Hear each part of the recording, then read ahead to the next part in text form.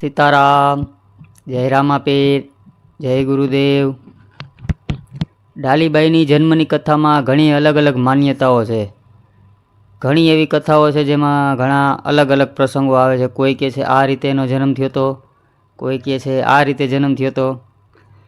આ કથા છે એમાં ગોમર ગામના રાજપૂતની 12 માસની દીકરી મરી ગઈ હોય અને એને એક ઝાડની નીચે છાયામાં દાટી દેવામાં આવે છે। એવામાં એક કઠિયારો જંગલમાં લાકડા કાપવા ગયો હતો। પેલી છોકરી જ્યાં દાટી હતી એની ઉપર એક ડાળી હોય ને એ છાંયો કરતી હતી આમ।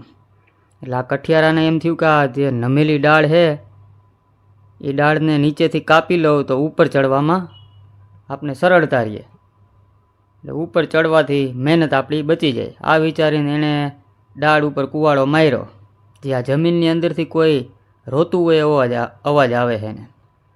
એટલે એણે ખોદીને જોયું તો ખાડામાં એક જીવતી બાળકી હોય। એટલે કઠિયારાને નવાઈ લાગી, એની કોઈ નવાઈનો પાર રહ્યો નહીં। બાળકી રોતી જોઈ હવે આનું શું કરવું એવો વિચાર કરે છે। એને થયું કે આ તો ધર્મ સંકટ આવી ગયું, આના કરતાં અહીં આવ્યો જ ન હોત તો સારું હતું। આમ વિચાર કરતો બેઠો છે ત્યાં એક મેઘવાળ ભગત ગોમરાથી રણુજા જતો હતો। આ અચાનક ભેટાથી કઠિયારાને રાહત થઈ ગઈ। મેઘવાળ ભગતને સંઘળી વાત કરી એટલે મેઘવાળ ભગત કઠિયારાને બોલ્યો કે હે ભાઈ, તને હરકત ના હોય, તને કાંઈ વાંધો ન હોય તો આ બાળકીને હું લઈ જાઉં, એને સગી દીકરીની જેમ હું પાળી પોષીને મોટી કરીશ। વળી મારે કંઈ સંતાન પણ નથી, એટલે અમારો આ સહારો બનશે।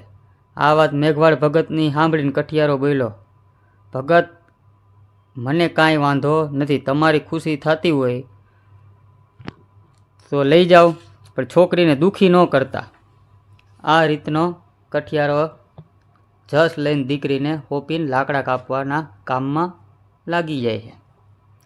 આ બાજુ મેઘવાળ ભગત આ દીકરીને ઘરે લઈ આવે છે, એની પત્નીને બનેલી બધી વાત કરે।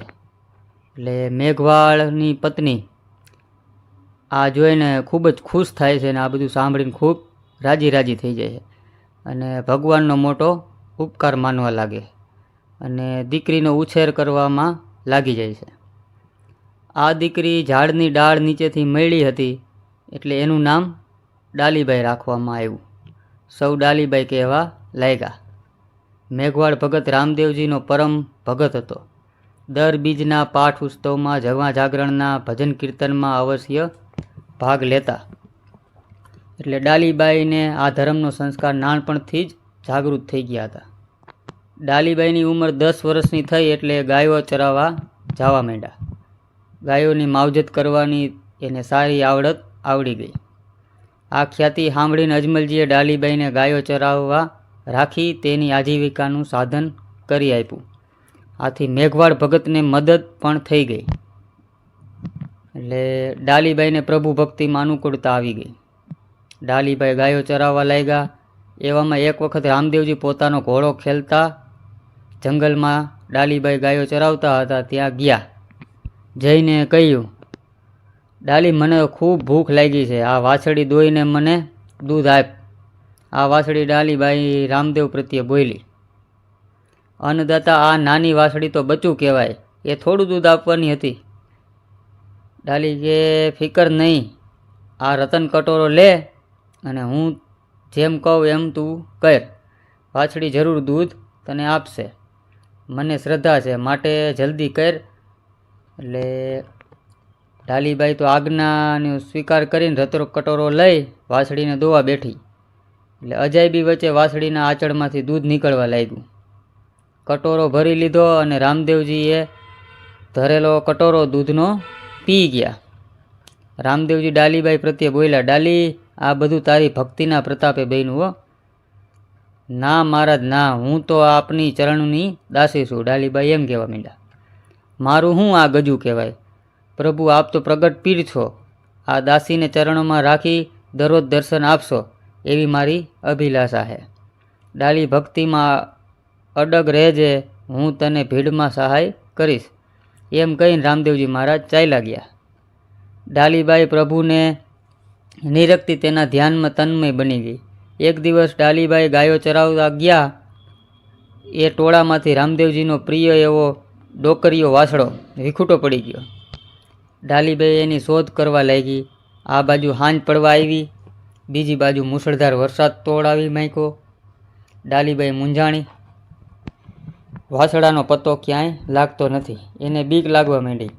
આજ જરૂર મને ઠપકો મળશે એવું એ વિચારે છે. ડાલીબાઈ ધ્રુસકે રોવા માંડ્યા. એટલે પ્રભુ રામદેવજીને પ્રાર્થના કરવા લાગી. તેવામાં સામેથી રામદેવજી ઘોડે સવાર થઈ આવતા એને દેખાણા. આવીને ડાલીબાઈને કહેવા લાગ્યા, ડાલી, હજુ સુધી કેમ ગાય વાછડું લઈને આવી નહીં? સાંજ પડી ગઈ, વરસાદ ઝીણો ઝીણો આવે છે, સખત વરસાદ તોડાયા રહ્યો છે, અંધારું થતું જાય છે. તું કેમ અત્યાર સુધી અહીં રોકાણી હો? આ વિલંબ થવાથી હું તારી સામે આવ્યો છું, માટે જલ્દી ચાલ. એટલે ડાલીબાઈ કહે, પ્રભુ, આપણો ડોકરીયો વાછડો ગાય વાછડું ટોળામાંથી છૂટો પડી ગયો છે. ખૂબ જ ગોઈતો પણ ક્યાંય જળતો નથી. એટલે હું તો મૂંઝાણી, એના કારણે મોડું થઈ ગયું છે.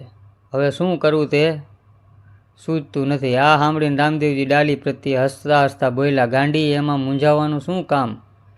તું તારે ગાયો વાછડું ગામ તરફ હાંક. વાછડો આટલામાં હશે, હું શોધું છું, તું ફિકર કરીશ નહીં. રામદેવજી આજ્ઞા પ્રમાણે ડાલીબાઈએ ગામ તરફ ગાયો અને વાછડું હાંકવા. થોડી વારમાં રામદેવજી વાછડો શોધીને લાવ્યા. ડાલીબાઈ ખુશ થઈ ગયા. આવા દેવી પરમારથી ડાલીબાઈ રામદેવજીના પૂર્ણ ભક્ત બન્યા.